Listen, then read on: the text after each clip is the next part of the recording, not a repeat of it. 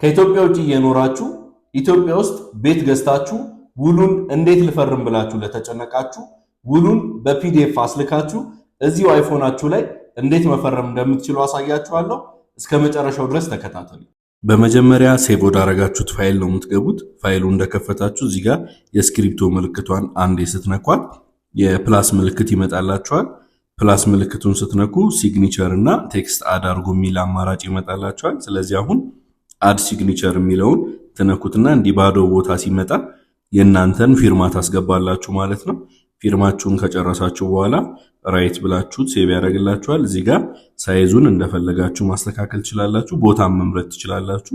የምትፈልጉት ቦታ ላይ ካረጋችሁት በኋላ በዚህ አይነት መንገድ ሳይዙን ወይም ቦልድነሱን መጨመርም መቀነስም ትችላላችሁ ማለት ነው። እስከ 30 ድረስ ያደርግላችኋል።